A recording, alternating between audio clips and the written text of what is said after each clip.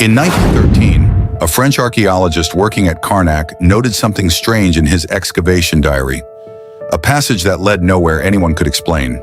He never solved it. Neither has anyone since. Hello everybody and welcome to Ancient Architects. Please subscribe now for the latest ancient history news and independent research from around the world. Karnak is, without question, one of the largest and most complex religious sites ever built.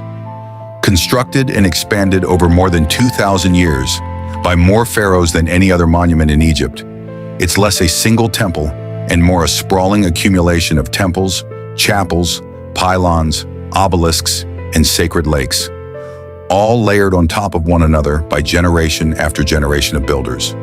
Amenhotep III, Seti I, Rameses II, nearly every major New Kingdom pharaoh left their mark somewhere within its walls. And that's exactly what makes Karnak so difficult to fully understand. Every new king added to it, altered it, or built directly over what came before, sometimes dismantling earlier structures entirely to reuse the stone. Which brings us to the passage. It was first noted by the French Egyptologist Georges Legrain, who worked extensively at Karnak from 1895 until his death in 1917, and who is best known for the discovery of the Karnak Cachette in 1903, a vast hidden deposit of over 800 statues and thousands of bronzes buried beneath the temple courtyard. But in his notes, Legrain also recorded something else. A narrow corridor running beneath the Hypostyle Hall, cut into the bedrock, that didn't correspond to any known chapel, storeroom, or ritual space. It simply ended in a small chamber, with no inscriptions and no clear purpose. Legrain didn't have time to investigate it fully. Karnak was, and still is, an enormous undertaking. Even today, more than a century of excavation later, large sections of the site remain only partially studied.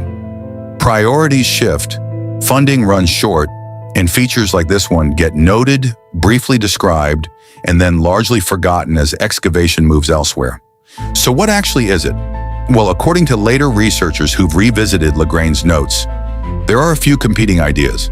The first is that it's simply a foundation deposit corridor, a structural feature used during construction to access deep foundation trenches before the final pavement was laid. Passages like this aren't unheard of at major temple sites. Similar construction corridors have been documented at Luxor Temple and at the Ramesseum, where builders needed temporary access beneath the eventual floor level. Once construction was finished, if this passage really is a remnant of an earlier Karnak, buried and reused by builders who had no idea what they were building over, it wouldn't be the first time in Egyptian history that a sacred site's true age was quietly erased by the very people expanding it. I'd love to know what you think this passage could be, and if you've come across anything about it in your own reading, please do let me know in the comments below. Thank you very much for watching this episode of Ancient Architects. If you enjoyed the video, please subscribe to the channel, please like the video, and please leave a comment below. Thank you very much.